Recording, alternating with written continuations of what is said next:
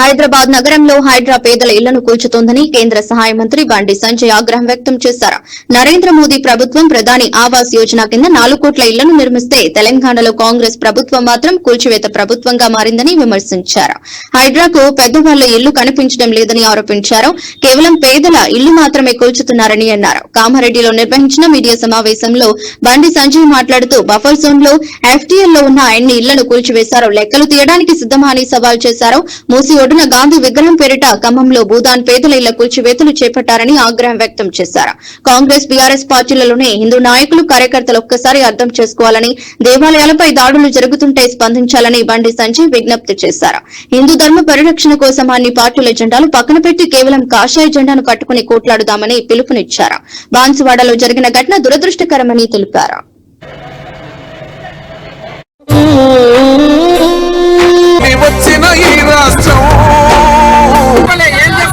తెలంగాణ రాష్ట్రంలో శాంతి భద్రత సమస్య ఉత్పన్నమైంది. రాహుల్ గాంధీ గారు శిక్షణా శిబిరాల కోసం వచ్చేయండి. నీ శిక్షణా శిబిరాలు పక్కబెట్టు. శిక్షణా శిబిరాలు దేనికోసం పెట్టుకున్నారు ఇవాళ కాంగ్రెస్ పార్టీ వాళ్ళు అంటే మన సాక్షాత్తు రాష్ట్ర ముఖ్యమంత్రి అయిపోయాడు. తెలంగాణ రాష్ట్రంలో 1000 కోట్ల రూపాయలు కార్యకర్తలు వసూలు చేసి ఢిల్లీకి పంపొచ్చట. ఇవాళ కార్యకర్తలు ఏ విధంగా కలెక్షన్ చేయాలి, 1000 కోట్లు ఏ విధంగా ఢిల్లీకి పంపాలనో వాళ్లకు చెప్పడానికి వచ్చినవా, వాళ్ళ శిక్షణ ఇవ్వడానికి వచ్చినా రాహుల్ గాంధీ చెప్పాలి. ఫస్ట్ తెలంగాణ రాష్ట్రంలో ఒక రాచరిక పాలన కొనసాగుతున్నది. ఒకవైపు ఇళ్లను కూల్చడం, ఇంకోవైపు దేవాలయాలను కూల్చడం. ఎన్నికల ముందొచ్చి ఊకదంపుడు ఉపన్యాసాలు చూడాలి రాహుల్ గాంధీ గారికి కావాల్సింది.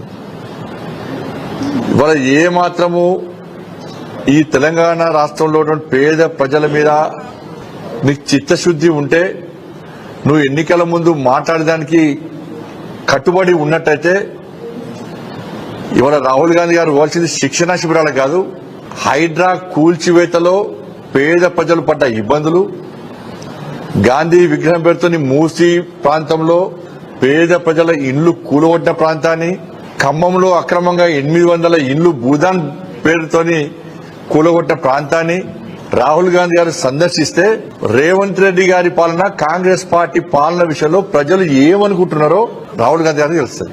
దాంతోపాటు బాన్స్వాడలో జరిగినటువంటి ఈ దారుణ సంఘటన విషయంలో ఈ రోజు ఇక్కడ మీ మీడియా ముందే ఇక పేద ప్రజలు ఉన్నారు. ఇక్కడ వాళ్ళని కలిస్తే రాహుల్ గాంధీ గారికి విషయాలు తెలుస్తాయి.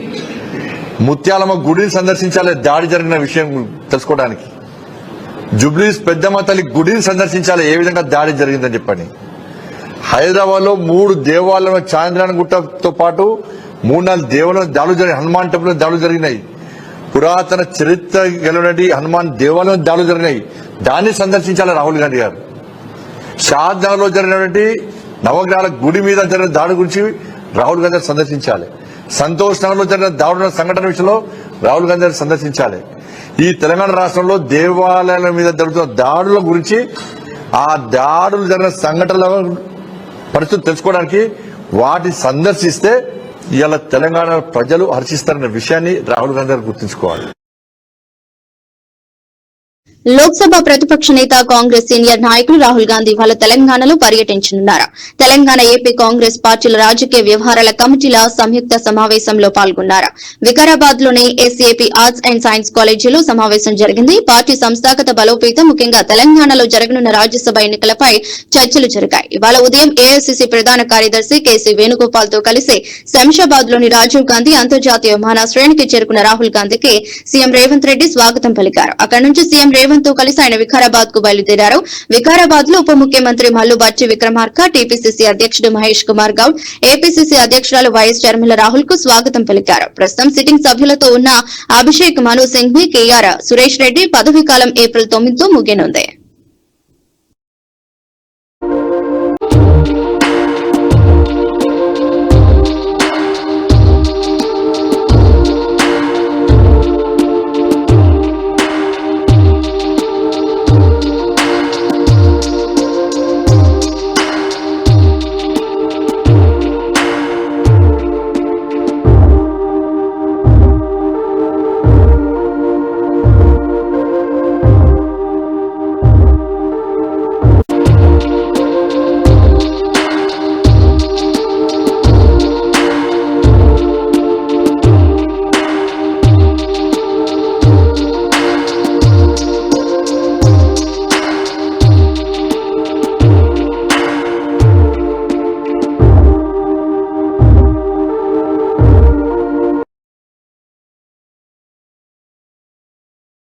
గ్రహణం ప్రభావంతో తెలుగు రాష్ట్రాల్లోని ప్రధాన ఆలయాలు మూతపడున్నాయి.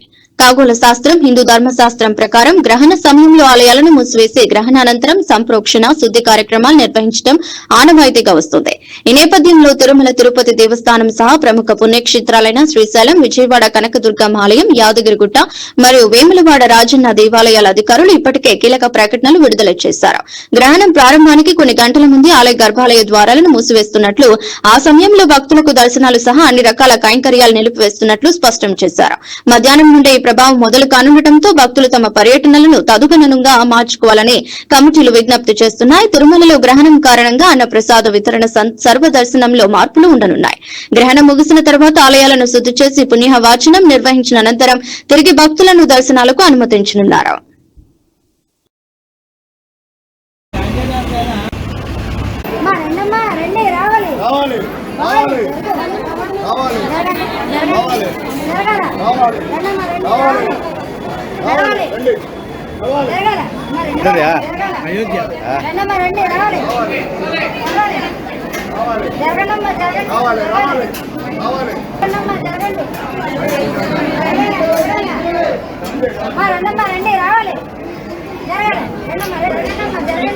పర్సుగా బండిలో ఉండిపోతే డబ్బులు కానీ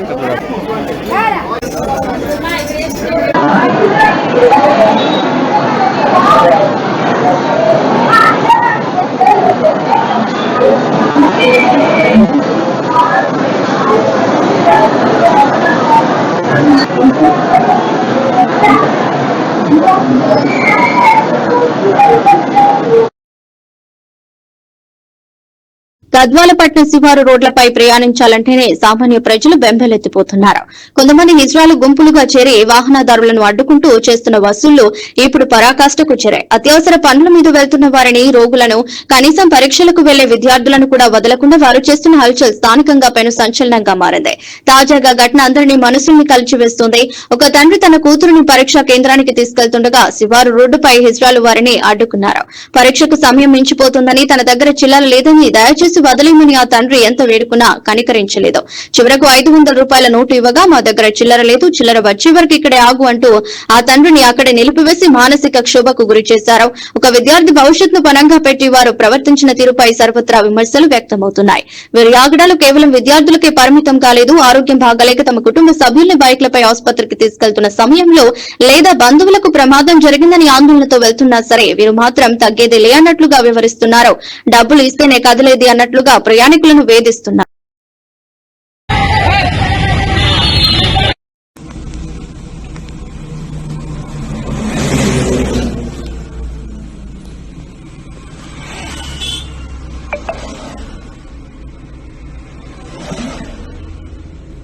పనులు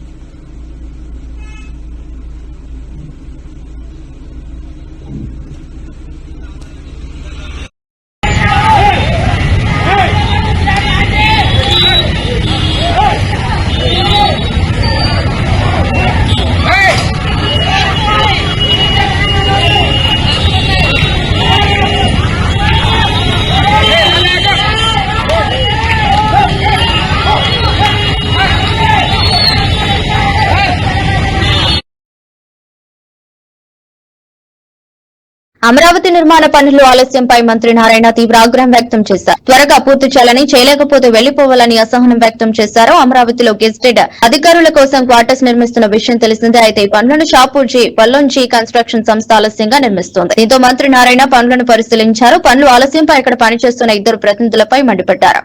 అమరావతి నిర్మాణ పనులను త్వరగా పూర్తి చేయాలని ప్రభుత్వం చూస్తుంటే తమరెందుకు ఆలస్యం చేస్తున్నారంటూ నిలదీశారు. షాపూర్జీ పల్లోంజీ కన్స్ట్రక్షన్ సంస్థకు చెందిన 2 ప్రతినిధులను వెంటనే పంపాలని సూచించారు. అలాగే తమ మేనేజ్మెంట్ వచ్చే సీఎం చంద్రబాబు నాయుడుతో మాట్లాడాలని, పనుల ఆలస్యంపై సంజాయిషి ఇవ్వాలని మంత్రి నారాయణ ఆదేశించారు.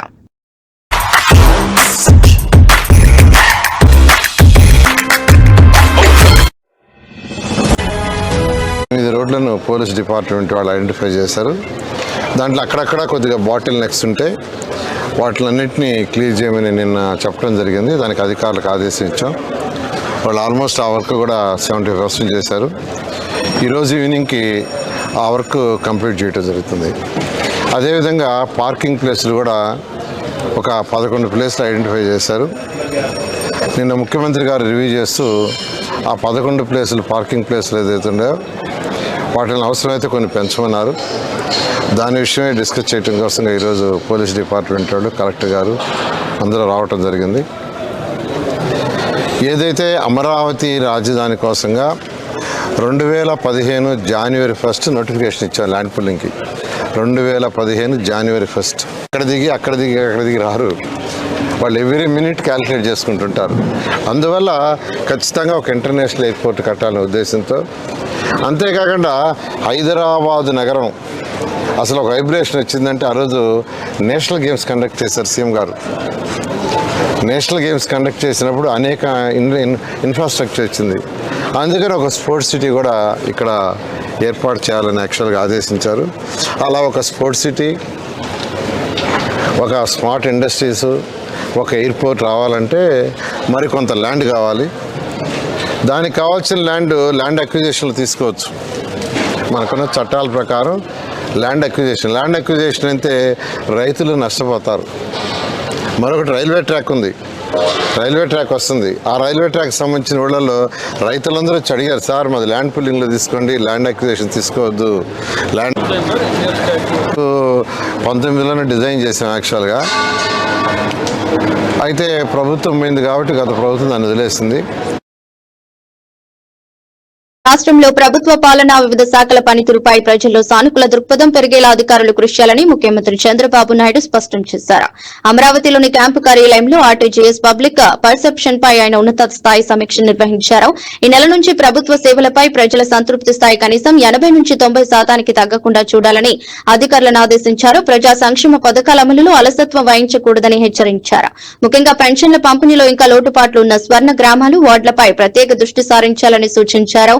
అట్టడుగు స్థానంలో ఉన్న ప్రాంతాల్లో కూడా పంపిణీ సమర్థంగా జరగాలని, అలాగే దీపం పథకం కింద అందిస్తున్న ఉచిత గ్యాస్ సిలిండర్ల డెలివరీకి ఎవరైనా డబ్బులు వసూలు చేస్తే కఠిన చర్యలు తీసుకుంటామన్నారు. రాష్ట్రంలో వరుస ప్రమాదాల నేపథ్యంలో యాంత్రాంగం అప్రమత్తంగా ఉండాలని సీఎం సూచించారు. బాణసంచా పేలుడు ఘటనలు పునరావృతం కాకుండా ఉండేందుకు ఎలాంటి రక్షణ చర్యలు తీసుకోవాలో తెలుసుకునేందుకు తమిళనాడులోని శివకాశీకి వెళ్లి అధ్యయనం చేయాలని అధికారులను ఆదేశించారు.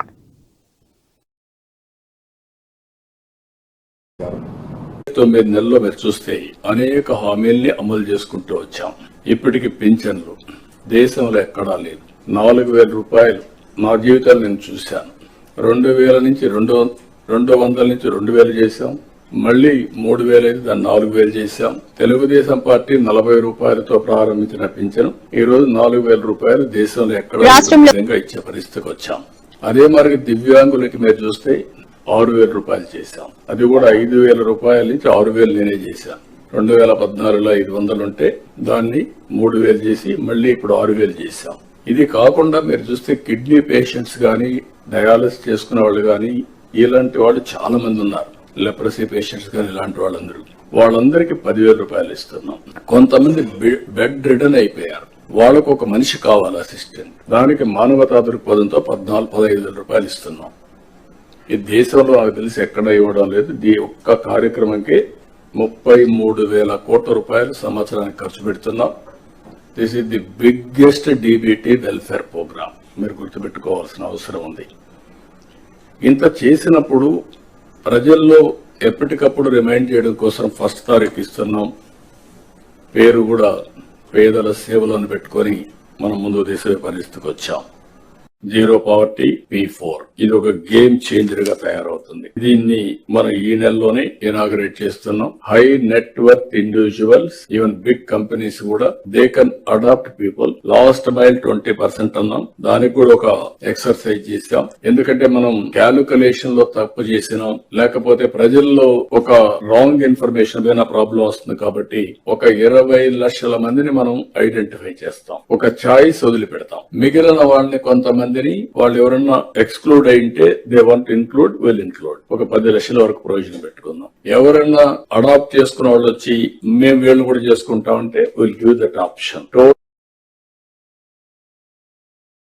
గల్ఫ్ దేశాల్లో సోమవారం ఉదయం భయానక వాతావరణం నెలకొంది. దుబాయ్, అబుదాబి, దోహాతో పాటు పలు ప్రధాన నగరాల్లో భారీ పేలుళ్ల శబ్దాలు వినిపించాయి. ఇరాన్ తన పొరుగు దేశాలపై దాడులను తీవ్రతరం చేయడంతో గల్ఫ్ ప్రాంతం ఉలిక్కిపడింది. ఇప్పటి వరకు సైనిక స్థావరాలపై దాడులకే పరిమితమైన ఇరాన్ ఇప్పుడు వ్యూహం మార్చింది. తాజాగా పౌర నివాసాలు, విమానాశ్రయాలు, షాపింగ్ మాల్స్ పై దాడులు చేస్తుండటం తీవ్ర ఆందోళన కలిగిస్తోంది. కువైట్లోని అమెరికా వైమానిక స్థావర సమీపంలో ఒక యుద్ద విమానం కూలిపోయినట్లు CNN జియోలొకేట్ చేసిన వీడియో ద్వారా వెల్లడైంది. అమెరికా, ఇజ్రాయెల్ సంయుక్తంగా తమ భూభాగంపై చేసిన దాడులకు ప్రతీకారంగా ఇరాన్ ఈ దాడులను ముమ్మరం చేసింది. 2019లో సౌదీ ఆరామ్కోపై జరిగిన దాడుల కంటే ప్రస్తుత దాడుల తీవ్రత, సమన్వయం చాలా ప్రమాదకర స్థాయిలో ఉండటం గల్ఫ్ ప్రాంత భవిష్యత్తుపై ఆందోళన రేకెత్తిస్తుంది.